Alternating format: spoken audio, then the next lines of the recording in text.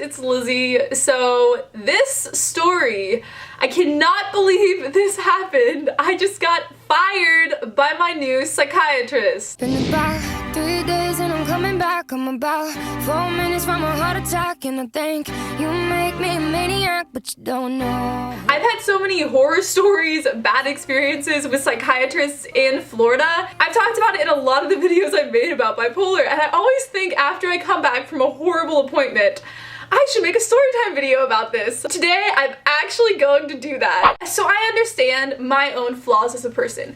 I have really high expectations for other people. I can come across as very confrontational and judgmental in my communication style. I also know that as someone with bipolar, I have the tendency to not want to be on meds, to go off meds, and to run away from treatment. My therapist has even hinted that probably the reason I'm so critical of different psychiatrists is because I have this subliminal fear of being medicated. And my parents have told me the same thing, and I completely agree.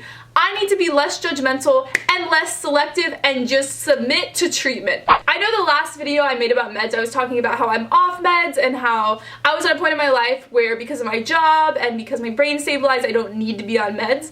I'm at a point now where I want to be on meds again just because I want to be able to have a normal sleep schedule and do well on not as much sleep, and I don't want to have to work out every single day. It's just a lot easier when your meds calibrate your brain for you. When I flew from California to Florida about a month ago, I went into depression for a week, and so I realized that when I moved to Thailand, I don't want to be in a situation where lack of sleep for one day will set in really intense symptoms. I need more stability in my life because I'm gonna have to show up at the Christian Center every single morning and have schedules with readers, and so I need to be on it and my best self. This whole year so far I've been manic, and it's been really good for my YouTube channel and really helped my productivity, but it's really difficult to fall asleep at night. If I want to consistently be on a normal daytime schedule, I have to be medicated. Everyone's bipolar is different, but that's how it is for me. Anyways, so I've been off meds for 5 or 6 months. I've been to so many different psychiatric centers in my county where I live, and I really wanted to make the psychiatrist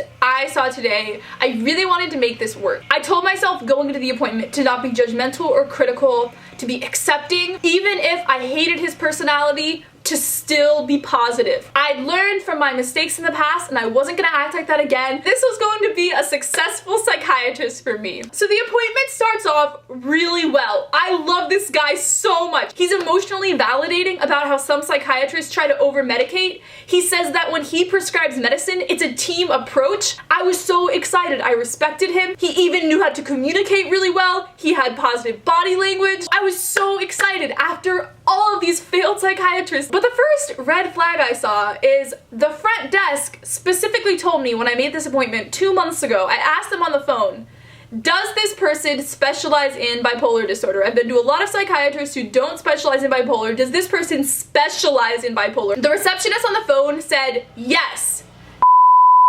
Specializes in bipolar disorder. And then I clarified. I asked follow-up questions to make sure that we were communicating and that he was a specialist in bipolar. I asked him early on in this 30-minute session, so the front desk said you specialize in bipolar, that's correct? So he says, no, I don't know why the front desk said that. I do not specialize in bipolar. And I knew that they were lying to me. I've had past interactions with this specific psychiatrist's office, and you'll call them on the phone and it'll like ring and ring and ring and then just like silence. And it won't hang up on you, but you're like caught in this call limbo where you can't press any buttons, you can't get out of it, and like it always does that. Like I tried calling so many times and it like wouldn't get me through to talk to someone. And then a year ago I made an appointment at this psychiatrist center, and we get there and they said, there's no appointment, like we don't have you in our system at all. It was like I didn't exist. Even though I made an appointment over the phone. I was a little disappointed, but I wasn't that surprised. And I was just really loving his personality and his approach, so it just seemed like we were gonna click really well. So I had come to this office about a year ago, and someone had prescribed me meds, and then I'd gone to a different psychiatrist after that because I just really didn't like this other psychiatrist. She was just looking down the whole time and not like making eye contact with me, and she was just very soft-spoken and not asking questions, not getting a detailed analysis of what I was dealing with, and she even had me like go to her computer and like show her which medicine to put me on. And like I said, I'm very judgmental and I shouldn't expect psychiatrists to have a really good EQ, But at the same time, if you'd seen how this person communicated, it was just something that, like, I really need guidance when it comes to my mental illness. I want guidance. I want someone to help me and explain things to me, and this person just wasn't doing that. So he asked me why I hadn't come back from the last visit, and I explained to him how, from my perspective, it didn't seem like she knew what she was doing and how I had to select the medicine for her. This guy isn't the type of person to show all of his emotions on his face, and I wasn't working really hard on reading his body language. I was just in my own head trying to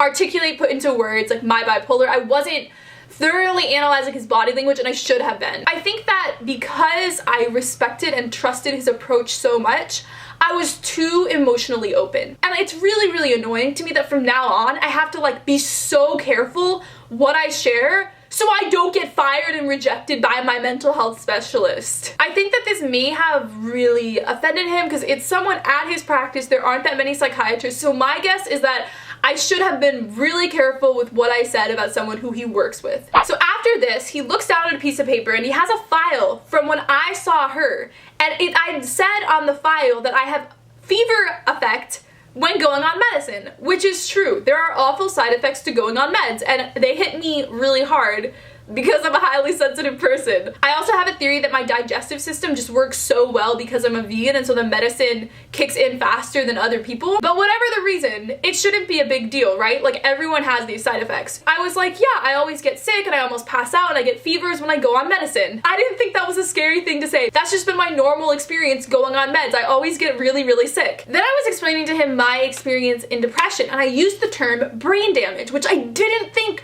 was going to be a deal breaker for this. Brain damage is what happens when you're in severe depression. They've done brain scans of people in depression, and parts of your brain begin to shrink. This isn't something controversial or bizarre or strange or extreme. He immediately says, "Have you gone to see a neurologist?" I felt very confused, like he thought I was exaggerating what it was like being in depression. So I'm like, no, but I've read a lot of studies. I started explaining to him how I can't think of words in conversations, and how even after I was balanced on meds, it took about 6 or 7 months for my brain to get back to normal. And that's extremely common. That's what severe depression is. But to him, it was too much to handle. Then he tells me, "It doesn't seem like you want to be on meds." Why would I make an appointment with an $85 copay to see a psychiatrist if I don't want to be on meds? Like, how is that a logical conclusion from this situation? I'd explained to him in depth how, as someone with bipolar, I have the tendency to go off of meds, how that's part of bipolar. We want to go off meds. I'm bipolar, so therefore it's gonna be difficult for me to do treatment. But since I made an appointment to see a psychiatrist, probably that means I want to go on meds. I explained to him specifically what I just explained to you guys at the beginning of the video, how being able to fall asleep at night is important to me. And I also explained to him how day to day it feels like I'm not connected to my past. Like, I just cannot remember things from the past. It feels like a blur, like my memory isn't fully working. Again, I had no idea I was saying anything extreme because these are just common symptoms of bipolar. I make videos explaining bipolar in depth, and I get so many comments and emails of everyone saying, "Me too. This is exactly what it's like." When you're manic or when you're in depression, you can have complete memory loss from those times just because your brain is working differently. And so this has been my experience off meds. Day to day I feel amazing, but I don't feel connected to my past. And I explained to him how when I'm reading a really long theology book, I want to remember what I read a month ago. And I also explained how being manic is really, really great for my YouTube channel. How I wrote a book in a month when I was manic, and how I'm able to upload 3 times a week because I'm manic. Obviously it's a struggle for me and there's pros and cons, but he discussed in the beginning of the appointment in depth how he's conservative about medicine and he wants to gradually go on medicine and not over-medicate. We seem to be on the same page, but no. He then tells me, "I think you need to see a psychopharmacologist." And I started realizing what was happening and immediately changing my tone, my body language, and trying to turn the situation around. He started getting a piece of paper out for referrals, telling me he didn't want to see me again, implying he couldn't handle my condition. He said that because I was experiencing fevers when going on medicine and memory loss, this was out of his league. We're not even in a relationship. I just met you. Why do I feel like you're rejecting me? I immediately backtrack and say, no. I'm a highly sensitive person. I feel everything intense going on in my body. When I say fever, I don't mean I'm about to die. I mean slight feverish. But the damage had already been done. I explained to him how it took 2 months to get this appointment, how I've already called these offices and they do not pick up their phone either, how I could be moving to Thailand in a few months, and how I really just want to get on medicine. And he confirmed that he wouldn't be giving me a prescription for medication, which is the only reason I came to this appointment. $85 copay. Then he tells me he loves my personality. He can see I'm a very intelligent person, and it's not you, it's me. What are you talking about? It's definitely me. I come in explaining my history of how I hate all the psychiatrists I go to, don't like the way Florida does mental health, speak negatively about your coworker, use the term fever and brain damage. But that's not why. It's not you, it's me. I feel like bipolar, we already have this like subliminal fear that no one's gonna want to be in a relationship with us long term because we're too much to handle. I think everyone has thought that at one point in their bipolar diagnosis, even if you're not insecure at all. And so imagine this is happening only with my psychiatrist, someone who went to school to treat people like me. I'm too much to handle, and I'm not allowed to come back to this psychiatrist, and he is refusing to treat me. I tried so hard to make this work, and it feels like being rejected.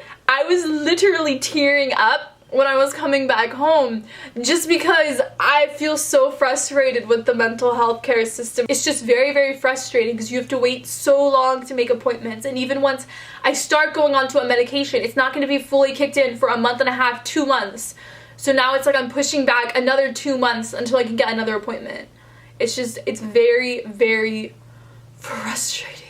And then at the end of the appointment, he asked me, "You understand why I'm doing this, right?" Yeah, I understand. No, I don't understand. I'm not okay with this. My dad had the best response to this situation when I was explaining it to him. He says, "I would love to have a job where I charge so much money for not even giving a service to someone." He gave me no advice on treating my bipolar. I didn't get my prescription, which is the one thing the psychiatrist is supposed to do. And he said after, "Yeah, the first appointment is always just a consultation."